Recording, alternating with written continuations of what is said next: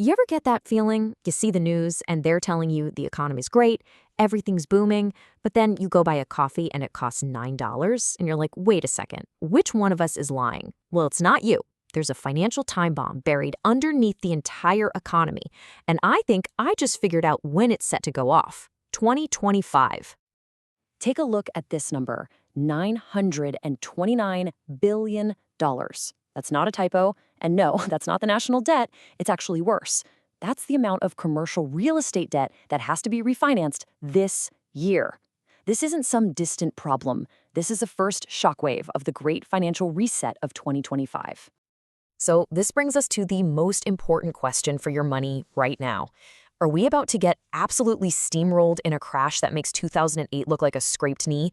Or is this the single greatest opportunity of our lifetimes to get ahead while everyone else is running for the hills? Well, that's our mission today, to figure out exactly what's happening. I'm about to lay out the entire battle plan to navigate what's coming. This is more than just an explainer. Think of it as a survival guide.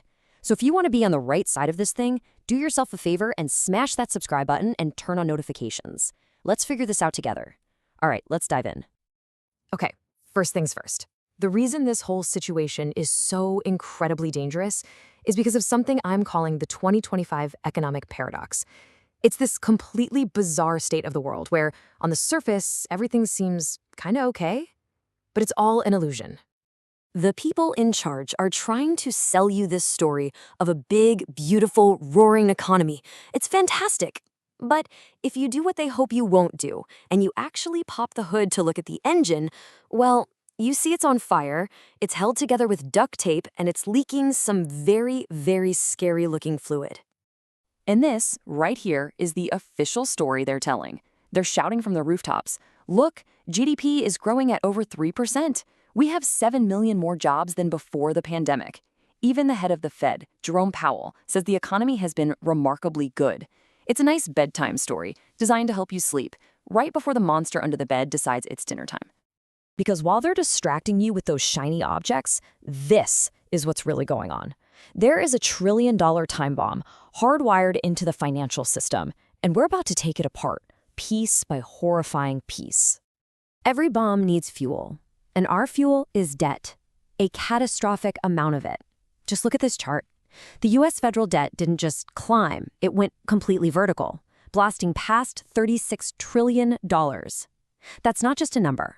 That is pure, weapons-grade, explosive material at the very core of our economy. Now for the spark. The interest payments, just the interest, on that mountain of debt just topped $1.1 trillion a year. Let me put that into perspective. We are now spending more money on our national credit card bill than we spend on the entire U.S. military, the planes, the ships, the soldiers, all of it. This isn't just bad policy. It's mathematically impossible to sustain. And here it is, the ticking clock.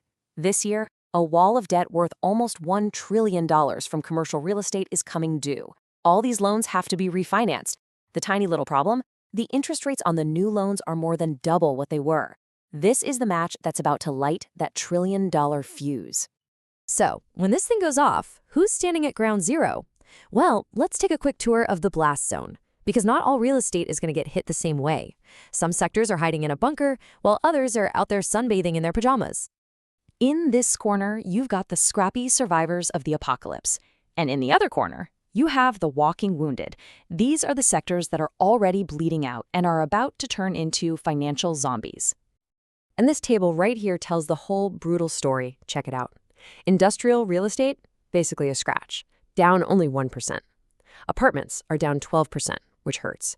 But then look at office buildings. Just look at that number, down over 25% in a single year. That's not a correction, my friends. That is a full-blown collapse. So who are our heroes? Well, it's not who you'd think. It's the boring stuff. It's your local grocery store and those giant warehouses off the highway. Why? Because no matter what happens, people still need to buy milk and get their Amazon packages. That steady demand has basically made them the bomb shelters of the real estate world. But now, we have to go into the heart of the blast zone. We have to talk about ground zero for this entire crisis, the office building apocalypse. This isn't an exaggeration. It's a horror story playing out in real time. Honestly, you couldn't invent a better recipe for total disaster. Step 1. You start with a whole bunch of half-empty buildings because everyone's working in their pajamas now. Step 2. You add a huge dose of skyrocketing interest rates, which makes getting a new loan impossible. Step 3. You mix in that giant wall of loans that are all due right now. And what's the result? You get property values that are in an absolute terrifying freefall. And hey, don't take my word for it. The analysts watching this stuff are seeing property sales at 25 to 50% of pre-pandemic values. Can you imagine that? You bought a building for $1 million a few years ago, and today you're lucky to get 250 grand for it. It's a complete wipeout. And here's what that wipeout looks like in the real world. When you can't pay the new, way more expensive mortgage, you default. You just stop paying. This chart shows that the delinquency rate on office loans has nearly doubled in just 1 year. The dominoes are already falling, and they are picking up speed. Okay, that was a lot of doom and gloom, I get it, but I promised you this wasn't just a horror story, because every massive crisis creates a massive opportunity. So let's shift gears from just surviving the blast to finding the treasure that's buried in the rubble. Here's the key. As all these property values fall and panicked owners are desperate for cash, what the experts are calling generationally attractive investment opportunities start to pop up. This is the moment where fortunes are made, but only if you know exactly where to start digging. So here it is. This is the treasure map. These are the specific spots the pros are looking at. You've got your bomb-proof grocery stores, you've got industrial hubs down in the Sunbelt where everyone is moving, you've got the insane growth of data centers thanks to the AI boom, and then you've got this little secret weapon down here, something called preferred equity. I know, preferred equity sounds super complicated and boring, but it's actually pretty simple and kind of brilliant. Imagine a developer is about to finish a skyscraper, but they run out of money for the last floor. The bank won't lend them anymore, they're stuck. You can come in and say, hey, I'll give you the cash to finish it, but when you sell this building, I get paid back first before anyone else, plus I want a 13 to 15% return for my trouble. That's it. You become a VIP lender. It's a beautiful thing. So here's the bottom line. The Great Real Estate Reset is not a prediction anymore. It is here. It is happening now. This trillion-dollar wave is crashing down, and it's going to create a very clear divide. So the only question you have to ask yourself now is, which side are you going to be on? Are you going to be a victim of the chaos, or are you going to be a victor who seizes the opportunity? The choice is yours.